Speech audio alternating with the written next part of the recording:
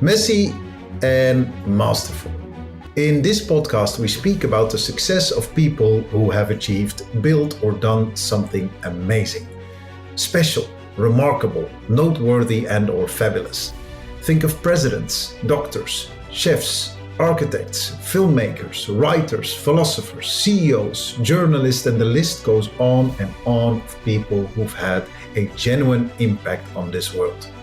But rather than underlining their career victories, we speak about the challenges they needed to overcome to actually get there.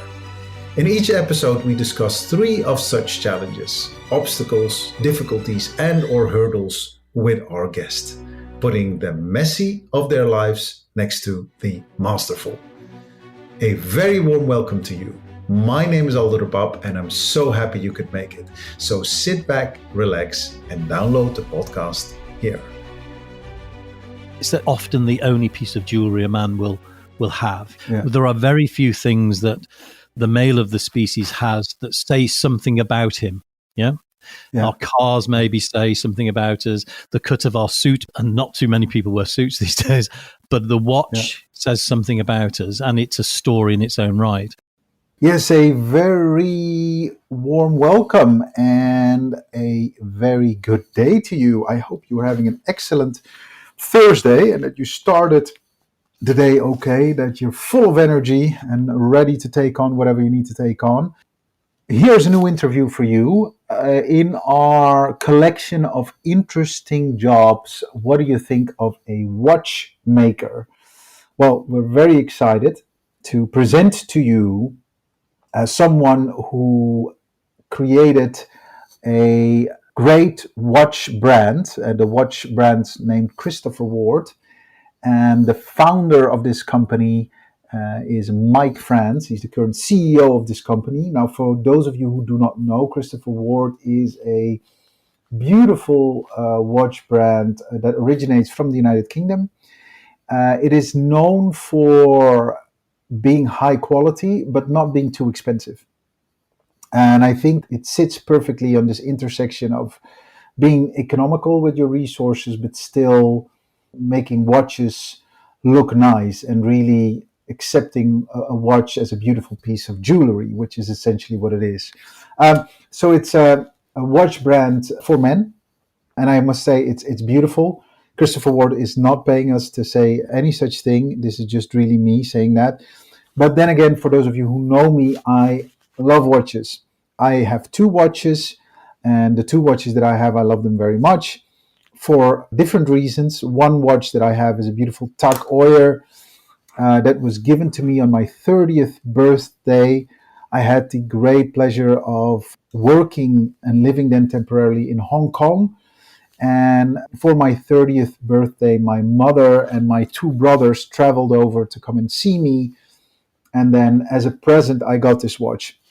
And as I'm talking to you, I'm wearing that watch and looking at it. So there's loads of emotion attached to the watch other than it just being a great watch. And then the other watch that I have, and I feel so blessed to have that one, is an Omega Seamaster that was given to me by my wife as an engagement gift. And I still remember to this day, nor will I ever forget when she gave it to me. It's such a beautiful present. So I cherish these watches, and you know, I can really get emotional about watches. So if you are like me, then you will definitely like this episode. A very nice and long conversation with Mike Franz, CEO and co-founder of Christopher Ward.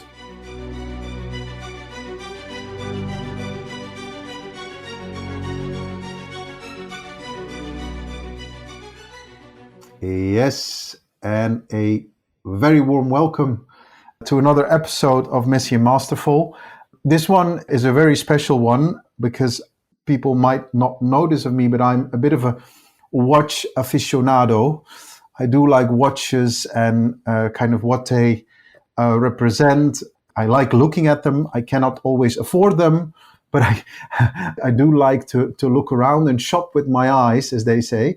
And today I feel very blessed that we're talking to the CEO of a beautiful British watch company, Mike Franz, CEO of Christopher Ward. Mike, a very warm welcome to you. Thank you, Aldo. And I'm sure you can afford our watches, by the way. But it's a pleasure to be here. Thank you. Yeah. Well, thank you. I mean, speaking to a watchmaker, and then specifically a British watchmaker, has been high on my list. Mm-hmm. And that was actually my first question. There are not so many British watch brands, are there? Oh, well, it's almost as if you've fed that question to me, Aldo. Back in 2020, Roger Smith, who is a much more famous watchmaker than I, arguably one of the world's greatest living watchmakers, he and I set up the Alliance of British Watch and Clockmakers to bring attention to British watchmaking, because there's something of a renaissance going on in British watchmaking. And at the time, nobody knew how many watchmakers there were in the UK, nor did we did, for sure. Nor did we know if anybody would join our alliance, which is a sort of a trade body. I'm delighted to say that as of last week, we signed our 80th watch and clock brand to the alliance. We now represent probably 95% of the British watch industry. We have a seat at government, where we're able to discuss the needs and requirements of watchmaking in the UK. And our sole purpose, not our entirely sole purpose, but our number one purpose is to do whatever we can to help the British watch sector grow. And if people don't know there is one, there's not a great chance that it will grow. But if we have any achievements to this point, I think it's certainly in the UK and to some extent in the US now, people are aware of this renaissance that's going on in British watchmaking. So it'll never probably be as big as it was in the 18th century, but we're on our way back, and we're shining. Things grow in the sun, so that's our aim to put watchmaking in the UK in a bit of sunshine. Yeah. No, I mean, I would say that the British, it very well fits with the British identity, the precision, to be in time, the politeness. I mean, I think we would be, very competitive to the Swiss, who have the lead in this. I would say the Swiss market is like Italian design or, French cuisine almost. So they've coined that and cornered that quite well. But I think the British could have their say also in the branding here. That's just a layman talking, right? So please don't. No. I think it's a very well informed layman that's talking, and the reality is that the truth of the situation is that 75% of all the inventions to do with watchmaking were made on these shores, still today, and arguably. The greatest invention in the last 50 years in watchmaking also came from these shores. There's the greatest living Briton that not many people, the greatest Briton of the last century that not many people have heard of, in my view, is a chap called George Daniels. And Roger, by the way, was George's apprentice. George created something called a coaxial escapement, which is a much better way of allowing power through into a watch and requires far less lubrication, which means you don't need to service your watch as frequently. And that is arguably, many people would agree with me, that is the greatest invention. So what we do bring is inventiveness, and we bring engineering prowess. And I think unlikely that we'll ever become what we were in the 18th century, 17th and 18th centuries again. But I do think we do aspire to at least become to watchmaking what Formula One is to the automotive industry. We can be the leading edge. We can create the great new inventions. And there's one that is being worked on at the moment, which would completely and utterly, radically change not just watchmaking, but all mechanical machines. And that is a nanotechnology that Roger Smith is working on with Manchester Metropolitan University, which, when applied, this would be a very fine coating over all the moving parts in a vehicle or a watch.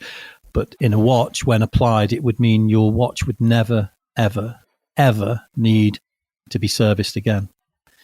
Oh, wow. because it would reduce all friction. And can you imagine mechanical machines that didn't need any lubrication because there was no friction? That's a mind-boggling thought, and that's what we are working on in the UK. So, we're not bad. We're doing all right. Yeah. And this is also because I would say it's not only competition of kind of other markets, but you also have digital versus the traditional watches. I don't know if analog is the word for that, but Analog telling is time. yeah, Analog. Because if people tell, I mean, the Apple watches, take that for an example, that people want to tell time quickly. Even though I don't think, I think most definitely it's still there, the watch as a piece of, almost jewelry, if you will, for men, right? So something they're proud of, something they wear, something that has emotion, has a story behind it, and that also works perfectly, right?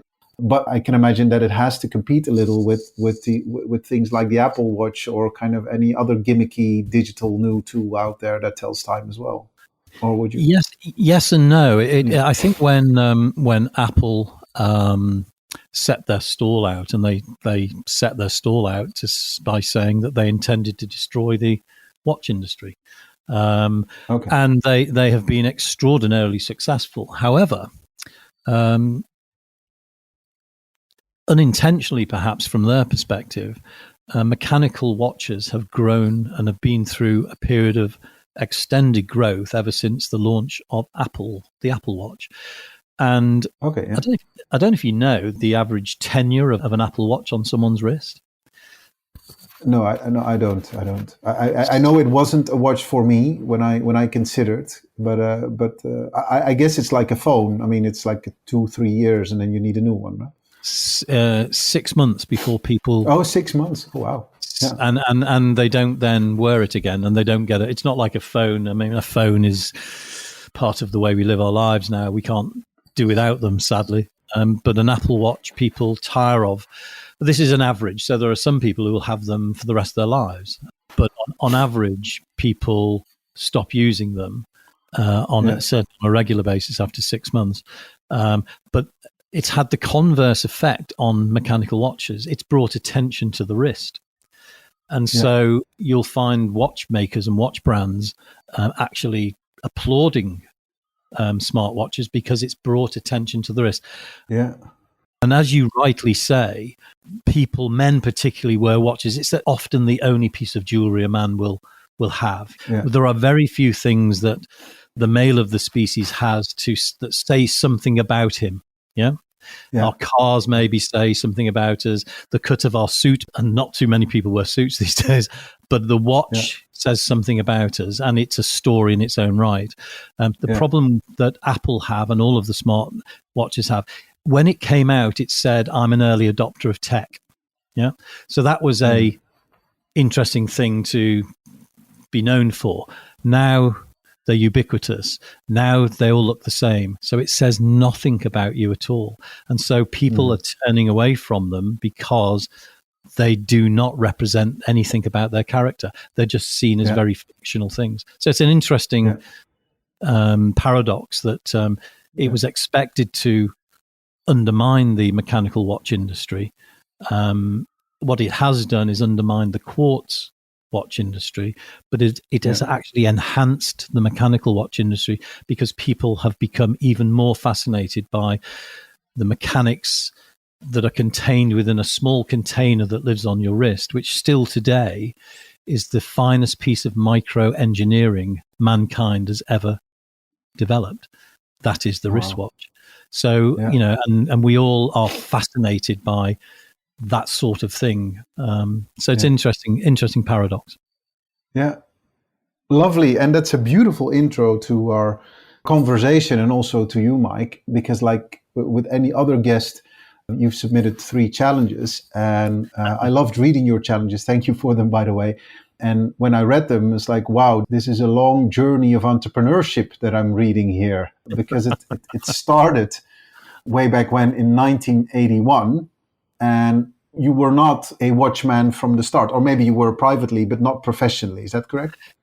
Definitely not professionally. I was a retailer, and I developed a love of watches much later when I could afford to buy some. But I was the store manager in 1981 of a large British retail store, chain store, now no longer in existence, called Littlewoods. And so I was a young, early 20s-year-old who'd been given this big store to manage, probably badly. And then because I was, I suppose I was always interested in marketing and making things bigger. And you had a really large amount of ability to operate your store the way you wanted to, particularly if you didn't ask anybody or tell anybody what you were doing. And on one occasion, this particular occasion, the buying director was visiting the store, as they would from time to time, to see the buyer's products on display in the store. And the store was actually Cheltenham store. And as he was driving down the M5 towards Cheltenham, he had obviously had his radio on, and he heard a radio advert for back to school wear at Littlewoods in Cheltenham.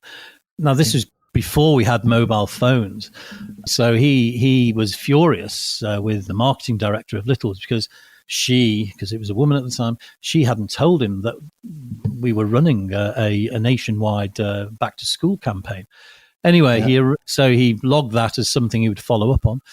He turned up at the store, and the store had a corner unit. And one day, walking to the store from my home, I noticed that it was a perfect site for a billboard. So I got our maintenance engineer and assistant manager to build this huge billboard, design it, paint it, install it in this prime pitch in the middle of Cheltenham. So he's looking at this thinking, this doesn't look like something we would normally do. He then walks into the store, and it was a Friday. And on Fridays, we had a record shop in the store. On Fridays, I used to have a discotheque in the store. We used to clear the women's racks and have a discotheque, which would then encourage people. People were actually dancing in our store. Yeah. And so he sees all this going on, and he finds me eventually, and speaks to me about this advert. I said, I did that myself. You did what? I had contacted Seven Sound, the radio station was called at the time. I'd contacted them to say, look, I'm Littlewoods Cheltenham. Can we make a radio advert? And so together we wrote the script. Together they produced it. Together they put it on air. They gave me an incredible deal because they thought it was the thin end of a very thick wedge potentially for the whole of Littlewoods. I didn't disabuse them of that fact. And so and so we were having this, the reason he was visiting us is because the store was pounding away. I had the pleasure one day of, the Marks and Spencer manager and I, honestly, it was ridiculous. You're a young man in your 20s. You've got a dining room, a huge office and a dining room. And so the Marks and Spencer manager and I would occasionally swap, invite each other to lunch and chat through what's going on in retail in Cheltenham, in Littlewoods, in Marks and Spencer's. On one occasion, as we were running this back to school promotion, the Marks and Spencer manager came to lunch with me. He said, look, will you just stop doing this, because I'm getting such stick from our head office because our sales are doing this. And I know it's because of what you're doing. You're running ads on the radio, for goodness sake. Will you just stop it? I said, no chance. Anyway, so our sales performance was very good, which had attracted the buying director. And he offered me a job in the buying office on the spot. And I said, well, okay. Why not? 3 months later, I'm in a completely different job without any training, trying to buy, at the time, boys were, which in itself was a huge challenge because, how do you, changing careers now is sort of de rigueur, isn't it? We all, everybody's going to have to do it 3, 4, 5 times during their careers. as a young man back in the early 80s in Thatcher's Britain, I was set for being a store manager. It was going pretty well, and then suddenly I'm finding myself called a buyer. I've done nothing other than be a store manager. Suddenly I'm a buyer, which didn't go down very well with the people who'd been working as buyers for years. This upstart young chap comes along. He's given this buyership without any training, without any track record. They weren't particularly interested in training me either, because they wanted me to fail if truth were known. This sets a bad if he's any good, then this reflects badly on us. And it took me a while. I mean, the very first few things that I bought were a complete and utter disaster. I mean, I remember the first product that I was allowed to go and buy was a Moiga shell linen jacket for 11 to 14-year-old boys. And back in the 80s, there were 3 colors that boys were allowed to wear: black, navy, 4 colors, gray, and maroon. Yeah. That was the palette. How the world hath changed, thankfully. But I decided I'd go for the maroon Moiga shell linen jacket from a supplier in Barnsley called Super Suits. I'll never forget him. Did everything according to plan. I thought it was, worked on the shape of the suit, cut of the suit, the fabric of the suit. And eventually I was allowed to buy like 100 pieces of this suit, which is just going to the very top stores. I was so proud of myself. And get a call from Argyle Street store where my boss was visiting, and the jacket had just arrived in store. And he calls me in the office, says, this jacket you've bought. Yeah, yes, I said, expecting to hear that it was selling out immediately. He said, what color did you buy? I said, burgundy, yeah. Not pink then. No. He said, did you check the fabric? No. Oh, well, best you come and have a look at your pink jackets then. And sadly, in 1981, 82, I don't think boys were quite as in touch with their feminine side as they are now. Harry Styles was still a few years away, and of course it was a complete and utter disaster. But you learn quickly from those sort of mistakes, and ultimately, I managed to work out how to buy, and on one occasion ended up in Hong Kong. My very first trip ended up negotiating with who at the time a Chinese guy called Chris Cheng, who was at the time the 3rd richest man in Asia. And for whatever reason, he took a shine to me, and we ended up doing huge amounts of business, despite the fact that it took me a whole day to get from the lowest of the low person dealing with me in the tiniest room to the boardroom where Christopher was wheeled in and showed me the ranges that I'd been trying to get them to show me, and just said to the guys, let him have what he wants. So persistence is something that I learned fairly on. So what I wonder is, what do you think it was that they gave you so much freedom at age 25? Because your story starts with, I was 25 and I was store manager of a big store. There are not many 25-year-olds who could say that, right? It's like, you don't start, that's not like the career starter. Often you're an intern or something, like a trainee at that age. What I want to go back actually before you were 25. What was it, do you think, that you landed such positions, like in your doings, that people said, hey, let's give Mike a chance? Part of it was innate enthusiasm. Yeah. I discovered that retailing was my métier. It's completely accidental that I ended up in retailing, as I think is often the case for many people in their careers. And literally, I discovered that I enjoyed selling things to people, and I enjoyed the personal interaction with people. And I also discovered that if you treated people in a certain way, the customers of yours and your staff, not only was it enjoyable for you, but it also increased the likelihood of sales. So I always, wherever I've been, one of the things I always want to do is make things bigger and better. And that started at a very, very early age, just trying to make things bigger, sell more, be better, be enthused, and be prepared to take risks. So you weren't money driven; you were more not, impact driven into it. No, I'm not. Yeah, never driven by money. I had a sort of an epiphany, and this will sound a bit strange, but it is actually true.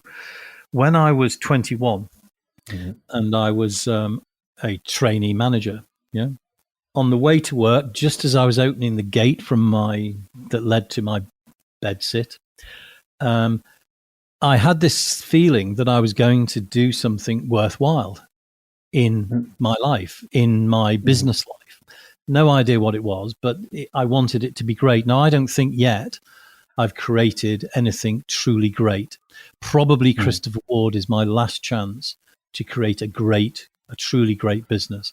But I've done okay, and I've had some good things going on in different places I've been. But it's a long journey, and it's about and I think if you're driven by the need to do things better, to do something worthwhile, to have a purpose to what you're doing, and you're enthusiastic about it, because it's not about you. You bring people with you. Actually, surprisingly enough, in the world that we live in today, you can actually bring, because communication, like what we are doing now, is around us and abounds. And you will know how much of this sort of thing goes on in the watch industry, podcasts and people investigating watches. It's given direct access for people like me to consumers. And so you can get a story out there about your brand, about your business, and you can communicate a genuine passion and enthusiasm for what you're doing. And that's a bit magnetic for people, because you have to take people with you.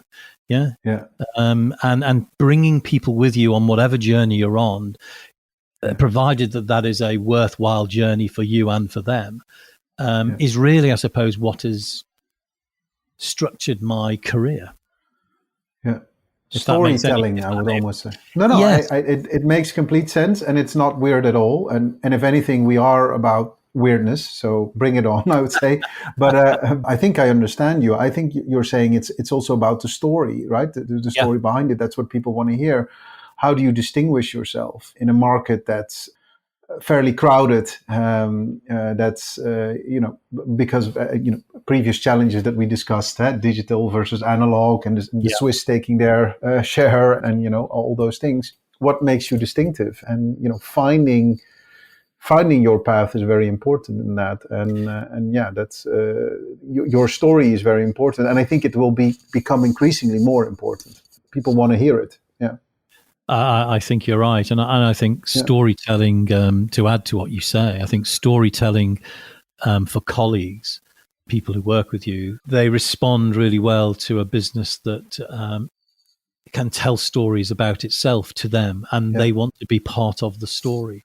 And we all, back to your original question of, are you motivated by money? Very few people are truly motivated by money. Money is, we all need it, and we don't get me wrong. It's not that I don't value money, and but it's not what drives me, and it's not what drives most people. I mean, there's huge amounts of research on this. What does motivate us is doing well, doing things that are seen as valuable, people valuing us, enjoyment, but having a self-worth and being worth something to the business that you're involved in, and being recognized for that. And I think that's so story, to your point, storytelling per se, not just as a brand, but as a company with its employees, I think is a critical part of how you create an environment that then can help push the momentum towards that which you're selling as well. Wonderful. We're going to dive into the story of Christopher Ward in a bit, but that's actually your third challenge. So we're going to pause that shortly, because your story of the burgundy boyswear, ended at some point because you there was another entrepreneurial opportunity, and I think a lot more risky, but you took it and you did successfully. So, but in a completely different market, which is education. How did that come about? Well, yes, good question. You're referring, I think, to my time at Early Learning Centre. Correct, yeah. Which, if for your listeners who don't know, is a educational toys business that was started in the 70s and became an icon of British retailing. Its numbers were incredible. The love that people had for the brand was incredible, and it just grew and grew and grew. And at the time, this goes back to 1997. Myself and a chap called Peter Ellis, who is one of my co-founders of Christopher Ward, we had come together in a group called Sears, which was at the time a big conglomerate. They owned things like Selfridges, most of the shoe shops in the UK, Miss Selfridge, you name it. Sears sort of owned Olympus Sports, etc. And both he and I were managing directors of certain different parts of the Sears group, and I particularly had decided that Sears was not where I wanted to be, and actually Sears itself probably needed to be broken up. It was a conglomerate; it had no rational purpose to it, and so Peter and I approached the then CEO of Sears and said, "Look," whose name was Liam Strong. He'd been the marketing director of BA before he became the CEO of Sears. We said to Liam, look, this ought to be broken up. You need to break this group up as opposed to trying to fix it. And he said, I think you're right. And we said, well, look, we'll help you in that task. But as the reward for helping you, because otherwise we'd leave, we would like to be given the first opportunity to buy a very lovely brand they had called Cable & Co., which was a beautiful leather goods brand. And he agreed to that. So we agreed to help him break up the parts of the Sears group. Sadly, Liam then, I think, got fired and joined this process. And we decided to leave. And because we'd had the smell of owning our own brand and our own business with this Cable & Co., we decided to enter the dubious world of private equity. And so around that time, because that was the only way you could access the funds to go and buy something if you were normal people like Peter and I were, around that time as well, I was approached by one of the owners of Littlewoods. Would I buy the chain store? So the chain store that I used to run, and the pink jackets, the pink boyswear jackets that I bought for, they then approached. They were still on sale. They hadn't sold out. They definitely 16 years later, they were still on sale in a stockroom somewhere. And they approached me would I be interested? Would I buy the chain store? Anyway, very long story short, we went through 9 months of assembling a team. We were up against the Kingfisher Group. They rightfully said, Littlewood said, if Kingfisher come in and buy us, that would be better for us. But if they don't, it's yours. We continued working with CVC, who are a big private equity company, on the belief that Jeff Mackay, who was the CEO of Kingfisher, would pull out, because he was well known for pulling out of deals, and more recently pulled out of a deal that I was involved in when I was buying director of BHS, British Home Stores. And he, on June the 30th, 1997, Kingfisher pulled out. Yeah. And we were all assembled in CVC's offices in Covent Garden, champagne on ice. The chairman of Littlewoods rang, as he said he would. I took the call. Hi, James. Hi, Mike. Corks popping in the background, sort of thing. We're ready to go. He said, we've decided to keep it. I said, you're joking. I said, what do you mean you decided to keep it?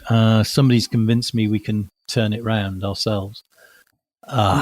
You're joking. He said, no, I'm really sorry, blah, blah. Anyway, 9 months of work, it's gone. The very next day, a guy called Dave Mackay, who was the chairman of John Menzies, who owned Early Learning Centre, contacted me to see if I'd come and talk to him about running Early Learning Centre. And I said to him, and I met him, and I said, look, I'd be very interested, but I'm not interested in being your employee. My company, which didn't actually exist at the time of this conversation, my company will run it on your behalf for you. But if and when you decide to take it off your balance sheet, because you are a baggage handling to newspaper group, what's a toy business got to do with you? Sort of thing. If you agree to give us an opportunity to buy it, if you decide to take it off your balance sheet, that would be great. And we on that basis, and today it wouldn't be that unusual a deal. Back in '97, it was pretty unheard of. And to his credit, he did exactly that. He allowed my company, mine and Peter's company, Inven Limited, which we had to invent almost on the spot, became the company that ran Early Learning Centre. And after 3 years, when we sort of had a sense that we were really beginning to turn it around, because it had hit bad times, it was losing a lot of money. But because it was in research that I was familiar with, at the time, 1997, it was the third most trusted brand on the British High Street after Marks and Spencer and Boots. Okay. So you go, actually, this is a brand that can be repolished. It's a bit tarnished. What do we need to do? It was a much tougher task than we assumed, but we managed to turn it round. And in 2001, he did decide to take it off his balance sheet. And he sold it to Peter and I with the backing from 3i at a very, very reasonable price, a ridiculously reasonable price. And three years later, the business was performing incredibly strongly. Tim Waterston of Waterston Books was interested in acquiring it. To be honest, I was exhausted after 7 years of turning this thing around. We created a fantastic online business. We were early adopters of the internet. I felt that the internet was likely to be the future. I'd had quite sufficient of bricks and mortar by 2004. And so we sold the business to Tim. And, I'm sort of 48. I don't need to work again, but that's not what it's about, is it? That wasn't the impact from when you were 21. That wasn't the call that you mentioned earlier on, that you said, like, well, I'm there. There was more. Before we dive into that, just for our listeners, what's the product with the Early Learning Center? So it's toys for small children that they can learn with? Exactly. It's educational toys. Every toy that we created was developed with education in mind and with the help and support of educationists. And it became what we created into a worldwide brand. Yeah. And at the time, truly was loved by parents. I mean, there's nothing as persuasive to a parent as the opportunity of doing the best thing by their child. A, because they recognize the authenticity of the products, and B, because we developed a scenario whereby we literally used to close the stores for 3 hours on a Tuesday morning, invite parents and their children in, and encourage them just to play. They could play with anything. They didn't have to buy anything. They just played. Come in. Yeah. And of course, they came in their droves. And we used to have to turn people away. But the odd thing, perhaps not so odd, because perhaps we, to some extent, imagined this might happen. Once people begun to understand the quality of the toys and the impact it could have on their children through play. So you learn at the ages of, between 2 and 6 through play. Yeah. It's one of the education in the UK is completely and utterly wrong. Yeah. What we should be encouraging children to do, instead of pushing them to too formal an education too quickly, all of the research in the world tells you, particularly in countries like Canada and places like Hong Kong, you learn through play. Allow children to interact with each other through play for the first 4 years of their lives, and they will become far better educated through their lives, and the outcomes will be far better. So we bought into this philosophy, and so we encourage play. But of course, in playing with these toys, it led to people buying them because they realized the value of them. And so Tuesdays, where we were closed for half a day, became the highest selling days of the week. Because so it was perhaps not quite to the extent that we expected, but we did expect there would be a response, but it far outweighed anything we imagined it would be. And that encouraged us to allow people we developed stores where play areas were created. And so it was a very interesting sort of period, but a great brand. Yeah. Could you tell me a little bit about what you said, that this journey started when you moved into private equity, and then very quickly you're again on the operational side? Well, when I say we moved into private equity, we Peter and I sort of trudged around, particularly London, because that's where most of them exist, as you know. It's for familiar territory now for lots of people, but again, back in the mid-90s, it wasn't so much so. Just talking to people initially about obviously the Littlewoods idea, but then before that came up, we wanted to know, how we could get these people to back us to buy and build a business. And of course, we discovered that there was, a tsunami of money available, but you had to, convince people that you had a good idea. But by and large, because of our track records, they were always interested in talking to us. So, it was finding the right concept or the right opportunity, and Early Learning Centre was one such opportunity in that sense. And so we were associated with, we rather than working inside private equity, we worked with private equity to seek out and develop opportunities. Yeah, I think they must have thought that the two of you were worth the risk to at least sit this out. Also research indicated this was the third most trusted brand in the UK, and there was enough to at least try, right? So before writing it off, or before and they bought into the business plan that we constructed. As I said, the business was losing a lot of money. They'd, I think, they'd gone into nursery stores.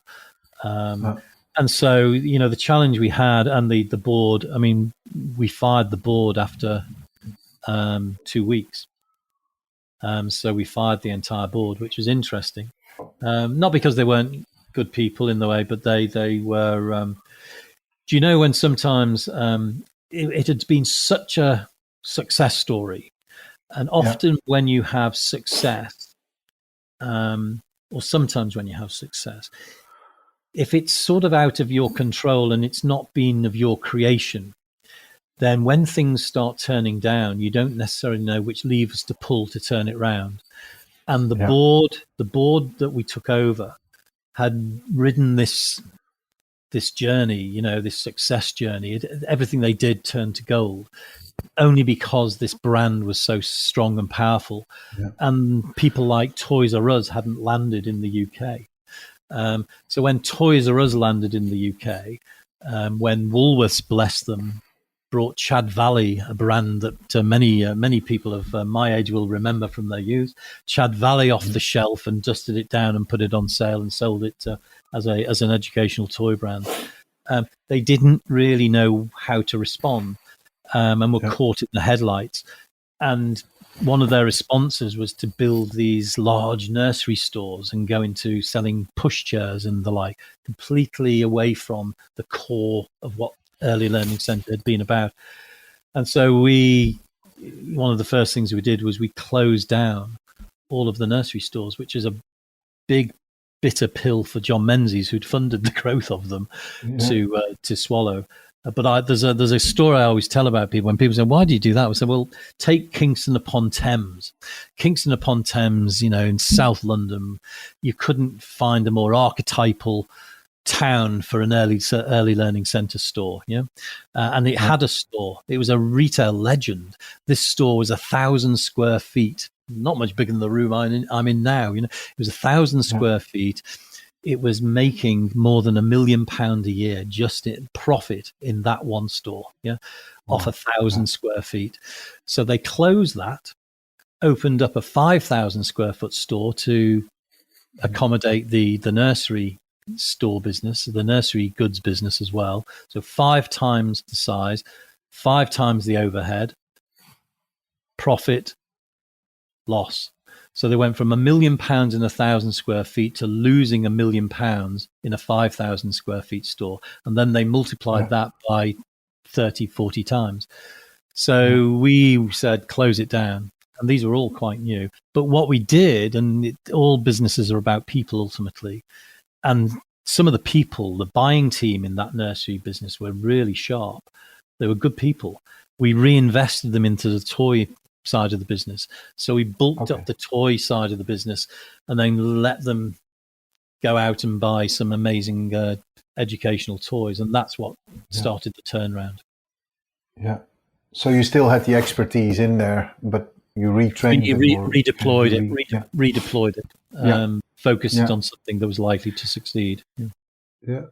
I mean, this is like a dream story. I think many people would envy you because, I like what you said earlier. In April 2004, the challenge was what to do next. I was 48 and never needed to work again. And so it's not as dreamy as it sounds, because if I read this, I'm like, oh, I'll take that. But you said, well, no, actually, I was. Did you at least take a bit of time just to congratulate yourself, or how were you at that time? Well, we sold. I'll never forget. We sold the business on April the 2nd. We took a short holiday, but by the end of the holiday, I was already itching to do something else. And I don't know if you're like this. I can only take so much time on holiday. As you go into the second or third week of a holiday, I'm always itching to get back anyway. But and I genuinely believe that we are here. We're put on this earth, to be productive. We're not here to lie on a beach. That's true, but your next challenge, and as you describe it, is kind of a real startup from zero, right? So it's not. I mean, you could have also looked for a nice advisory board position and kind of to keep yourself busy, get some golf lessons, and I don't know, just It's like no, I'm going to start another company. So the drive is significally more than just like, I need to do something, because there are lists and lists of other things to do. Huh? Perhaps, Aldo, if we'd had this conversation 20 years ago, I'd have ended up doing exactly as you suggest. So I'd have taken the golf lessons. But I think whilst I had entrepreneurial things going on in my life and always wanted to make things bigger, I'd never started anything. I'd never created anything myself. From zero. From zero. And I suppose that was the challenge could I do that? Would I be able to do that? Of course, I believed I could, because I'm an arrogant son of a bitch. I'm not, not lacking self-confidence in that sense, but actually deep down you don't know, and you do wonder about that. And so, and also we were used to autonomy, having come out of the corporate life, because frankly, going into private equity, early learning center, we were left to our own devices. People just let us get on with it. Hence, creating a company. You're not employing me, you'll employ my company. I wanted very different. I wanted a separation from the corporate world, and we enjoyed that immensely at Early Learning Center. But of course, creating something of your own, that's complete autonomy in a sense, and we were able as well to fund it ourselves. That's of course so important. Yeah. we didn't have anybody other than ourselves as shareholders. So it just seemed the right thing to do at that time. Yeah. And then it was a case of, well, what? What yeah, exactly. So going back to the beginning of our conversation, I hear retail as a recurring theme, but I don't hear watches. So you land on watches. And I also, because you were not the only founder, you have Peter Ellis, with who you did everything at the Early Learning Center, and then Chris Ward as well, with whom you worked at Littlewoods. Right? Correct, yeah. It was a genuine 3 men on a boat. We went on a boat trip on the Thames, had rather a few too many beers. We were kicking around ideas for a business. As I say, we had been early adopters of the internet, and people had said to us, "You'll never sell any toys off the internet." I mean, now it sounds ridiculous, but back at the end of the 90s and into the early 2000s, people thought you'll never sell clothing online, but we'd been selling climbing frames quite successfully online. So we thought if we could sell climbing frames online, you could probably sell more or less anything. So what we wanted to do was, as always, if you can do things and be involved with things that you enjoy and or have a passion for, I decided very early I wanted it to be an online only business, pure play. And we wanted it to have global reach.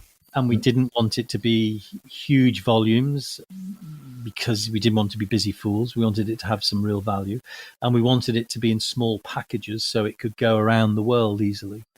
And that sort of leads you towards things like, well, what about jewelry? What about watches? We like watches. That's a good idea. What do we know about watches? Nothing. Zero. Okay, let's go and find out about watches. And luck plays a role in all of these things. And it's played a big role throughout my career, that's for sure. But when I'd been a buyer, there was a supplier of mine called Woody Lam.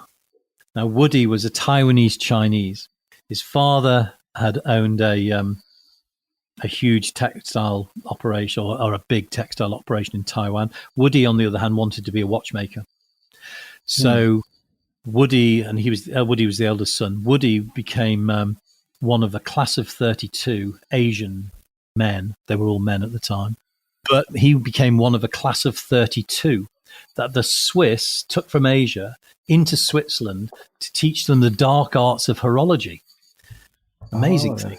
It was the only time they ever did it because lots of these guys, smart Taiwanese Chinese guys, went back to Asia and set up brands in competition with the Swiss. Not all of them. Some of them were actually heading up the Asian arms and the manufacturing arms of some of the Swiss brands. Woody, and that was the direction Woody wanted to go in. And we knew that Woody was into watches because during negotiations, I'd be negotiating. His father died, and Woody had to take over the running of the textile business. That's what the eldest son did. It was the tradition. So he had to give up his watchmaking aspirations. Woody ended up building the second largest Adidas supplier in central China, employing 8,000 people. Oh, wow. Amazing. And in negotiations with him sometimes, because they could go on a while with Woody, he would often take his watch off. He would put it on the table in front of him. He would get a set of tools and he would take the back plate off the watch and he would start regulating. I didn't know what he was doing at the time. He would start regulating the watch. And what are you doing, Woody? He was trying to put us off the negotiation in reality, but he was just fiddling with his watches because that's what he still did. And when we decided to set up, so we knew Woody was into watches and he told us the story about the class of 32. When we decided to go into watches, we thought, well, who do we know who's in the watch industry? Well, he's not in it now, but he's probably associated with it still. He knows people who are in it. We get on really well with Woody. We contacted Woody, said, look, we're going to set up this. We've got this idea of setting up a watch brand. We know nothing about it. Are you still connected? Sure, he was. There was still something like 26 of the 32 still working in watches. Not only did he introduce us to several of them, which gave us a real insight. We traveled over to the Far East. They took us through first cost principles of watches, the movement manufacture of watches. Not only did he do that for us, he also, for reasons best known to Woody, there's this company called Mintel who produce market research books every year on every sector, from clothing to cars to watches. Yeah. And for the previous 20 odd years, Woody every year had purchased at like £2,500 a pop. He'd purchased the Mintel reports on watches, and he sent it in a big box. So suddenly we're surrounded by all of the market data you could possibly wish to have on watches. So we spent several months teaching ourselves the watch industry, working out where we thought there was an opportunity, where there was a gap, going to China. Just the three of you? Yeah, just the three of us. Yeah, we were operating out of a converted chicken shed. It wasn't very salubrious. It was a chicken shed, an old on a farm. Nice. And decided to pitch the collection where we eventually decided to pitch it, set up a website, got going, sales very slow to begin with, and then again, huge slice of luck. In our first Christmas, this was the Christmas of 2005. The first watches went on sale in June of 2005. Very slow, but because I believe in marketing, we took some ads out in papers like The Independent, for instance. There was a chap called Dave Malone, and Dave was living in Tasmania. He was a lecturer at the University of Tasmania. And he somehow had somebody sent it to him, or had he been in the UK? Can't remember. He'd seen our ad in the Independent, and he decided that we must be shysters. We must be lying, because he knew watches. He was a watch aficionado. He was a major poster on the biggest watch forum of that time called timezone.com, an American forum, and a guy called and he was a big fish in that pond. He bought one of our watches. We shipped it to Tasmania to him. Didn't know why, didn't know what he was. His intention was to disassemble the watch and prove to the world that we were shysters, that this was not true. You couldn't sell a watch of this quality at the price we were selling it at. To our eternal credit and good fortune, and to his eternal credit, he took the watch apart, realized it was exactly what we said it was, and he posted this huge post on the biggest forum in the world at the time with the byline, "I think I've discovered the best value mechanical watch in the world today." And that went viral. Now, we had no idea. Honestly, we had no idea. We didn't even know Time Zone existed. And then in January of 2006, a Dutch guy called Hans van Hoogstraat phoned us up and said, "Look, I've been kicked off timezone.com because Michael Sandler, the moderator and owner of Timezone, thinks you guys have paid me to write nice things about your brand." He said, "I only bought your watch because Dave Malone had told me it was a best value." He said, "And loads of people are being thrown off because it's called shilling in internet parlance. It's called shilling." Yeah. They think it's a paid ad. We had no idea. Yeah. And so I'd like to set up a forum, an independent forum about Christopher Ward. Really? Okay. Off you go. He did it. We didn't pay him a penny. We said, the only thing that we want you to do is be completely independent. You can say what you like about us. We won't interfere at all. He built the website, Chris Ford Forum, which still exists today, has tens of thousands of members today. That was the start of us understanding the virality of the internet in sectors, particularly like watches. And so the good fortune we had at the beginning, in our first Christmas on the biggest watch forum at that time, Time Zone, we were being discussed. We were tiny. We were being discussed more than Rolex. So thank you, Dave Malone. So I mean, from what I hear is the three of you, this wasn't your first rodeo.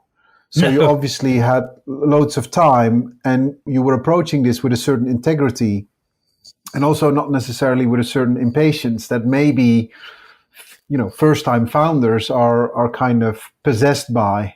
So you were out to do it well, right? If you wouldn't have done well, you wouldn't have launched the watch. You really had this authentic aim to go for the best mechanical watch at the lowest price. Yeah, we were fortunate and privileged that we had a few scars on our back anyway, and we had a few euros in the bank, as it were.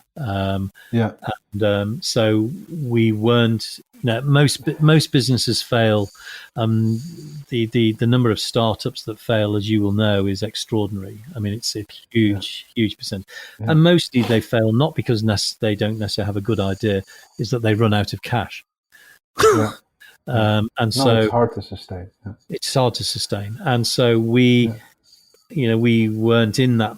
We didn't have an endless pit, and we needed to be. We needed to be convinced that what we were doing was ultimately going to work. And like every startup, it started very slowly, and then it built up momentum. And we were also. Because we'd been through the corporate world, because we'd run businesses, we knew what the signals might be of a successful business. And so we were able to read the runes, if you like, that said, actually, this looks like it could be a successful business, even if it wasn't at the time.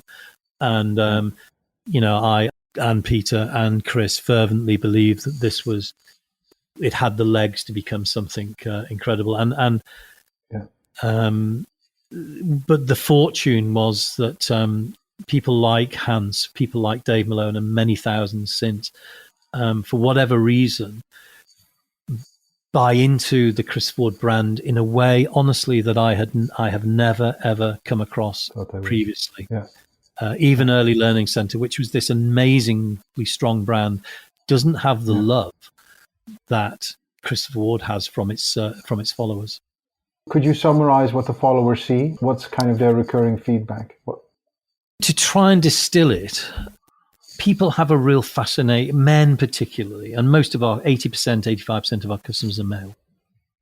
Men have a fascination, certain men have a fascination with engineering, and now and I think it's growing in terms of watches, because my father's generation, my father would spend hour upon hour tinkering with his car. These days, you'd need a Honeywell computer plant to tinker with your car, even if it had mechanical parts in it. And it wasn't something that Elon Musk had stamped out. These days, lots of those opportunities have vanished for us to show our virility in that sort of way, and our interest and our intriguing mechanical engineering. Watches allow some of that. So men are very, very fascinated, and it leads to a deep rabbit hole. People love doing the research into watches before they buy.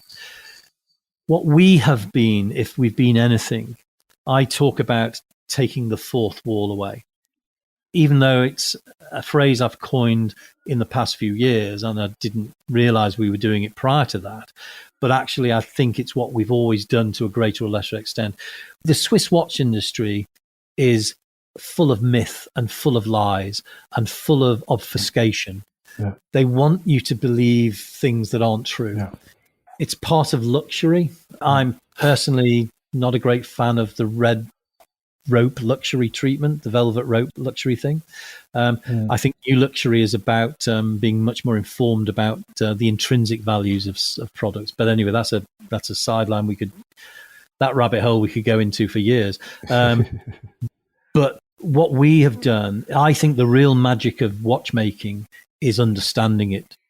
And what we've done is we've demystified it, and we've been transparent. We've taken away the fourth wall. We've allowed people to see inside us, our business, our thinking, and our watches.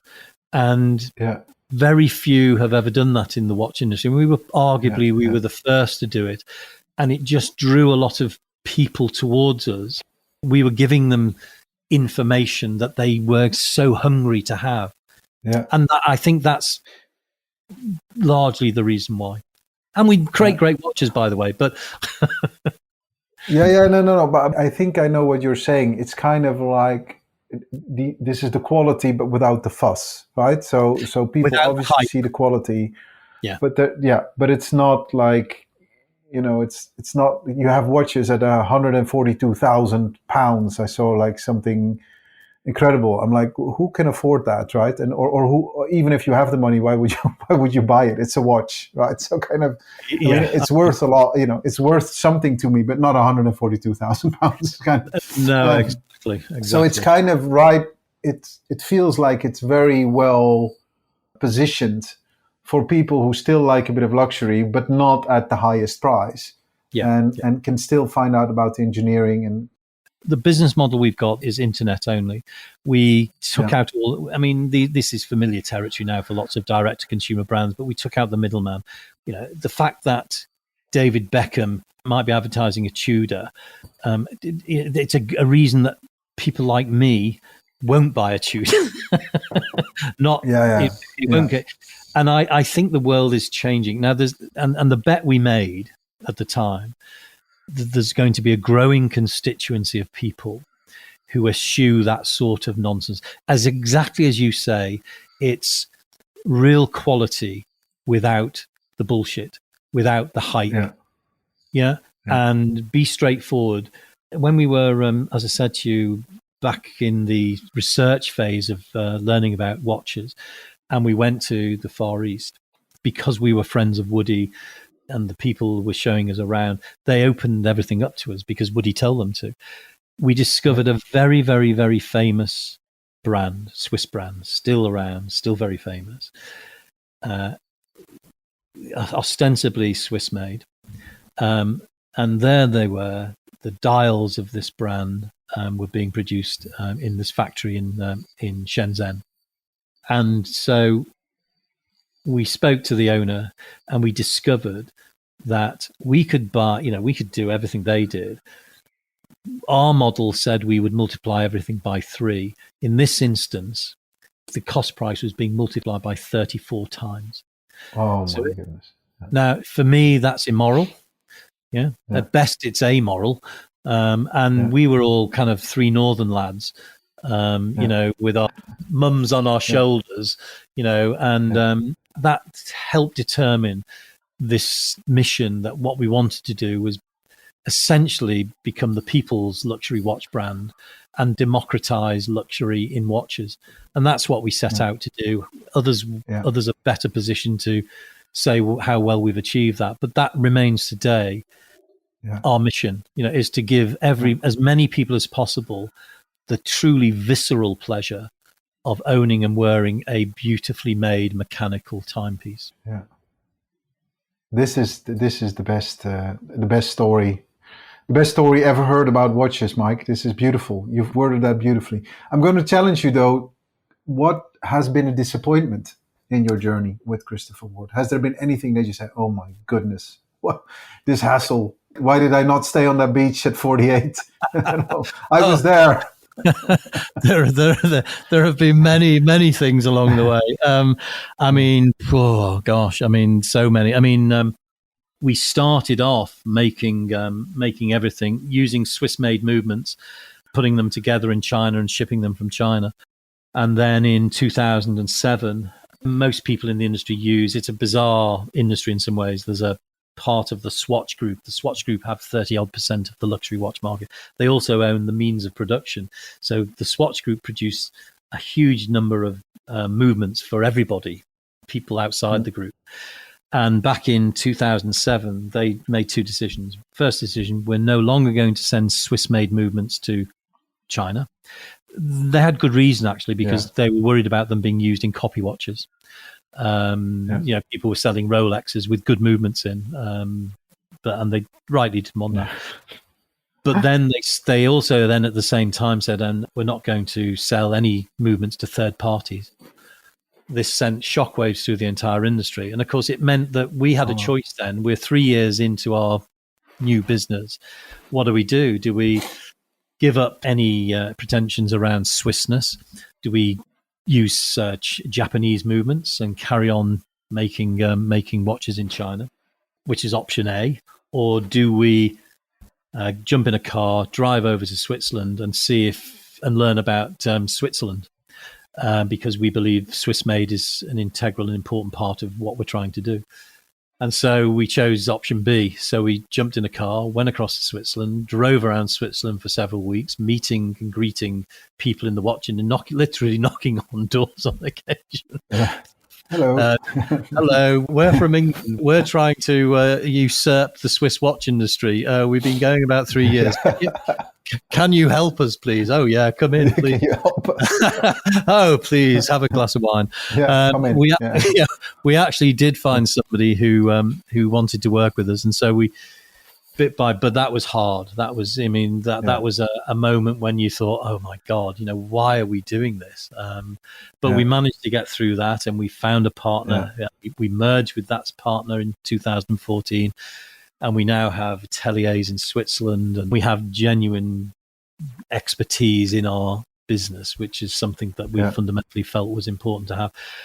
But there are many times along the way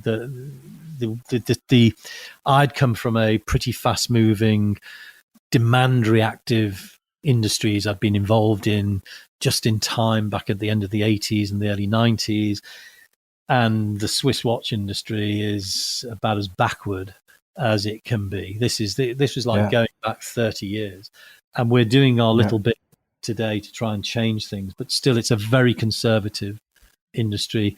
They've been used to dumping products onto retailers as opposed to being connected to the ultimate consumer, and it leads to a sort of a laziness, and we're not lazy. So anyway, but there are lots of things, but by and large, I have to say I've never woken up not wanting to go in, and that's always my test. I wake up in the morning and I don't fancy going in. That's probably the time to quit. Yeah. So it's 20 years now, right? Yeah. 20 years next year. So that's 20 years next year. Yeah. I assume it's no longer 3 people in a chicken shed. No, we ditched the chicken shed. No, we're rising more than 100 people. We're now the largest British watch brand by volume and turnover. We're headed towards, I firmly believe, and always have done since those early signs, those signals that something special could happen. Yet we're on this journey from good to great. I don't know if you're familiar with Jim Collins. Jim Collins, I still think, is the best business guru of them all because he's so profoundly empirical in his work. It's based on fact. It's not based on feelings. Yeah. But Jim wrote this book 20 odd years ago called Good to Great. And that's the journey we want to be on. This is probably, I don't know, maybe there's another journey I'm going to go on, who knows, but probably this is my last chance to create something great. And that's what gets me out of bed. We want to create, I want this not just to be successful in turnover terms, although that's important. Profit and turnover are very important, but also something fundamental that makes it a wonderful business to be part of, whether you're working in it or whether you're connected with it. And that's hard to create that, and we screw it up all the time, and we don't. But actually, it is a journey that we're seriously on, and it goes back to that leaving my bedsit and opening the gate, thinking, you're going to do something really important, and this is the last chance, probably. Whether I achieve it or not, who knows? I think you're being a little fatalistic. What if I were to tell you that it is already great? I wouldn't. What's your definition of great? Because many people will look at it and say, this is an amazing story. This is already great. What makes it great for you? What is your definition of great? Like, again, going to Jim Collins, make it factual. What's great? Is that a number, or what is that? It's a combination of things. To be great is about sustainability as well.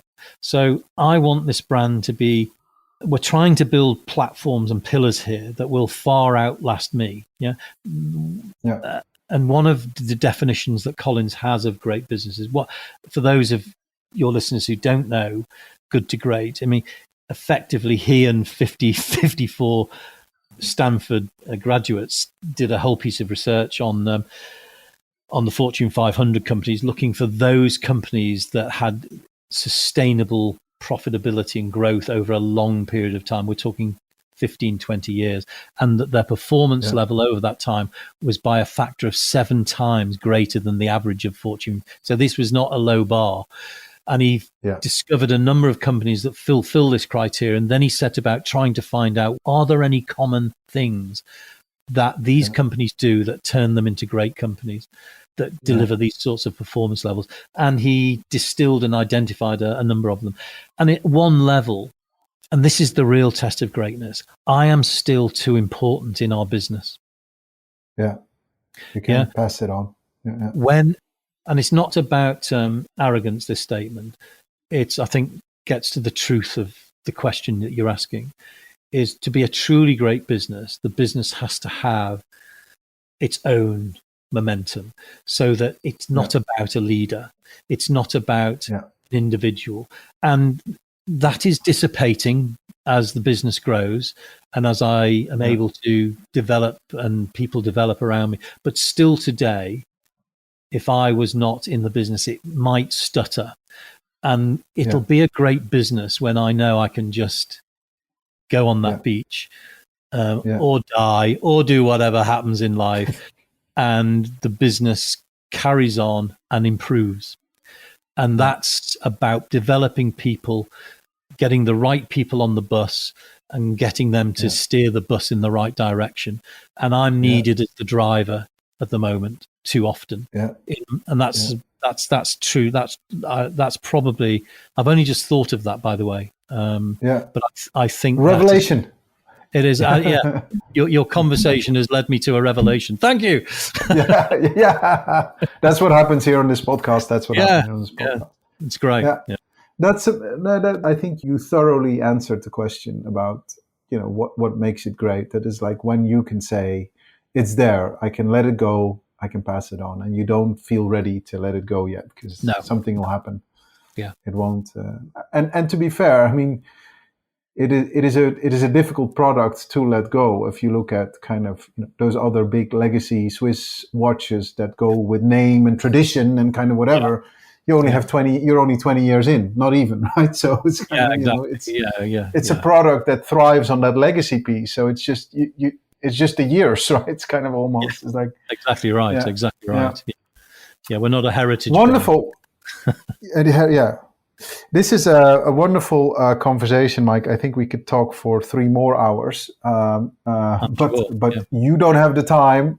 We need to get back to business. Could you? I'm going to go to my 2 very last questions. No, actually, I have one more, just with regards to your co-founders, because it sounds like you've known each other for decades. I mean, Peter and I go back. All 3 of us go back a long way. Chris left the business 3.5 years or so ago. Okay. Wanted to move on to pastures new. Peter and I joined at the hip, and we founded this business together. We'll depart this business together, and we'll probably die in a bar together somewhere as well. So, or at a Bob Dylan concert, So, he's a genuine soulmate, I couldn't and wouldn't want to do this without him around me. I count myself incredibly lucky to have that. Yeah, wonderful. That's great, and because you know each other so well, you also know what one can do. You know each other's strengths and weaknesses, I can imagine, and we dovetail really well. He's great at stuff I'm useless at, and I'm okay at stuff he's probably pretty good at.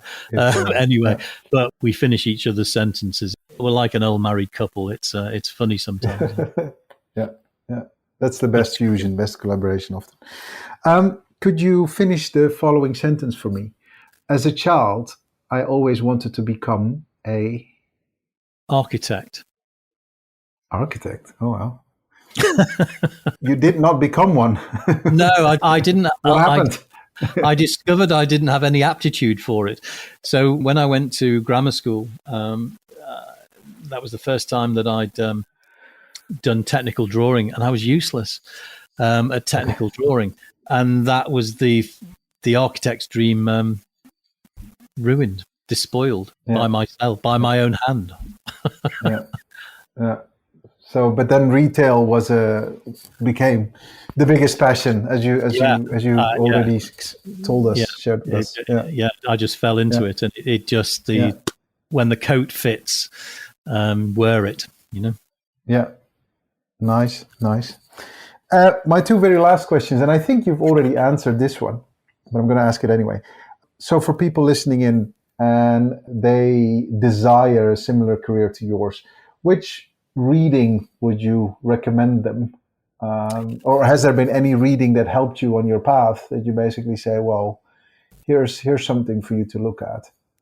Yeah, the very first business book I ever read, and it was back when I was a young trainee, was a book by Robert Townsend, who was the president of Avis Cars. And the book was called "If You're Not in Business for Fun and Profit, What the Hell Are You Doing Here?" And I have, to this day, that's something that resonates with me. If you're not in business for fun and profit, why bother? Because you can't have, you've got to make profit, because you can't have fun if you're not making profit.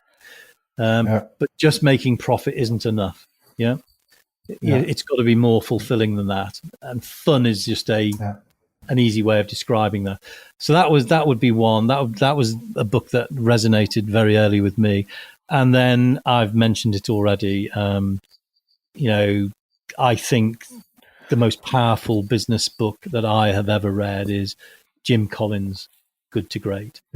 And it's a masterpiece. It's 20 years ago. I think it's been updated.